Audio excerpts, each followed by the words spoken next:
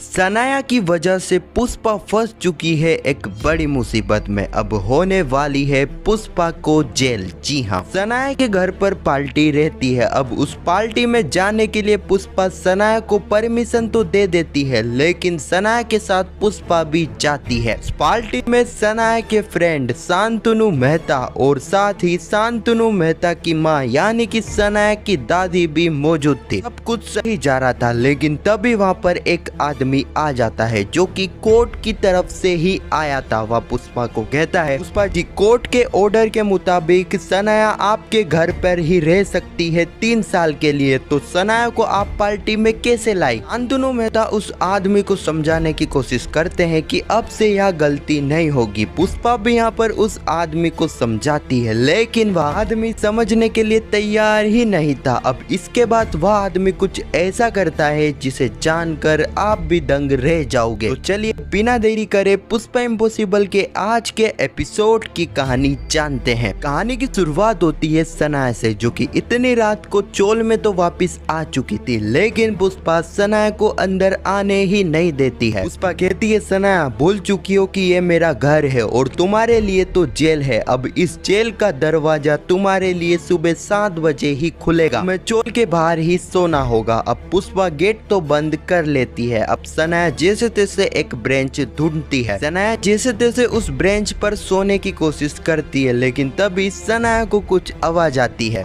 आवाज थी चिराग की। चिराग जो कि अपना कैरम खेल रहा था। अब यह देखकर सनाया चिराग के पास जाती है और उसे कहती है, मैं दिखाई नहीं दे रहा कि मैं यहाँ पर जैसे तैसे सोने की कोशिश कर रही हूँ, तो अच्छा यही होगा कि तुम अपना गेम अभी के अभी यहीं पर बंद कर दो। चिराग सनाया की बात सुन रहा था, लेकिन यहाँ पर चिराग कुछ भी नहीं बोल रहा था। अब यह देखकर तो सनाया और भी ज्यादा गुस्सा हो जाती है। कहती है, अगर तुमने अपना गेम अभी बंद नहीं करा तो मैं तुम्हारे कैरम को फेंक दूंगी। अब सनाया चिराग के कैरम को हाथ लगाने ही वाली थी, लेकिन उसी वक्त चिराग सनाया के हाथ पकड़ लेता है और उसे कहता है, तुमने यह गलती करी तो तुम्हारा हाथ तोड़ के मैं तुम्हारे हाथ में दे दूंगा। इस कैरम को तुम फेंकने की बात कर रही हो ना, उस कैरम को मेरी पन्नू ने वैलेंटाइन डे वाले दिन मुझे गिफ्ट करा था। अगर तुमने उस कैरम को हाथ लगाने का भी सोचा तो मैं भूल जाऊंगा कि तुम एक लड़की हो। अब इतना कहकर चिराग तो वहाँ से चला जाता है। सनाया को ना चाहते हुए भी ब्रेंच पर सोना पड़ता है। अब सनाया की जैसे ही नींद लग जाती है, पुष्पा वहाँ पर आती है और वह सनाया को एक कम्बल उड़ा देती है, क्योंकि यहाँ पर पुष्पा सनाया को चोट नहीं पहुँचाना चाहती, वह तो उसको उसकी गलतियों का एहसास दिलवाना चाहती है। अगले ही पल हम सुबह का सीन देखते हैं, जहाँ पर चोल में गुड़ी पड़वा की तैयारी चल रही थी। इस वक्त हम पुष्पा को देखते हैं, जो कि सनाया को कहती है कि सनाया आज गुड़ी पड़वा है और आज तुम्हें भी हमारी तरह मराठन ड्रेस पहनना होगा। तुम फटाक से जाओ और नहा के तैयार हो जाओ। अगले ही पल हम देखते हैं सनाया, जो कि नहा के रेडी तो हो चुकी थी, लेकिन सनाया ने पुष्पा की बताई हुई ड्रेस नहीं पहनी थी। अब यह देखकर पुष्पा काफी ज्यादा गुस्सा सनाया के ऊपर हो जाती है। वह सनाया को कहती है, सनाया तुम्हें पता नहीं है कि आज गुड़ी पड़वा में हमने ड्रेस कोड रखा है और तुम्हें यही पहनना होगा। अब पहले तो सनाया मना करती है, लेकिन सनाया को पता था कि ज्यादा देर उसकी दाल नहीं गलने वाली है, इसलिए मजबूरन सनाया को वही ड्रेस पहननी पड़ती है, जो कि पुष्पा उससे पहना देती है। पुष्पा उसे यह भी कहती है, पर टेरिस पर आज कार्यक्रम रखा गया है और आज का खाना तुम्हें वहीं पर मिलेगा, लेकिन उससे पहले तुम्हें बचे हुए कपड़ों पर इस्त्री करना होगा, उसके बाद ही तुम टेरिस पर आना। यहाँ पर सनाया जैसे तैसे उन कपड़ों पर इस्त्री तो कर रही थी, लेकिन यहाँ पर सनाया को नींद आ रही थी, क्योंकि रात भर से सनाया की नींद पूरी ही नहीं हुई थी। सनाया देखती है कि यहाँ पर कोई भी मौजूद नहीं है। इसी चीज का फायदा उठाते हुए सनाया सोने के लिए चले जाती है, लेकिन सनाया अपनी इस्त्री एक कपड़े पर रख जाती है। अब यही सबसे बड़ी गलती सनाया की होने वाली है। यही पल हम टेरेस का सीन देखते हैं, जहाँ पर सभी लोग गुड़ी पड़वा काफी धूमधाम से मना रहे थे। तभी हम चिराग को देखते हैं, जिसके पास एसपी संदीप का कॉल आता है। वह उससे कहते हैं कि तेजस्वी मैम ने उसे अर्जेंट मिलने के लिए बुलाया है। चिराग यह बात राशि को बता देता है और उसे यह भी कहता है कि अभी के लिए किसी को भी यह बात मत बताना, जब तक मैं लौट कर नहीं आ जाता हूँ, जब तक मुझे पता नहीं चल जाता कि आखिर बात क्या है। दूसरी तरफ हम सनाया को देखते हैं, जिसकी इतनी बड़ी गलती से कपड़े में आग लग चुकी थी और वह आग बढ़ते ही जा रही थी और सनाया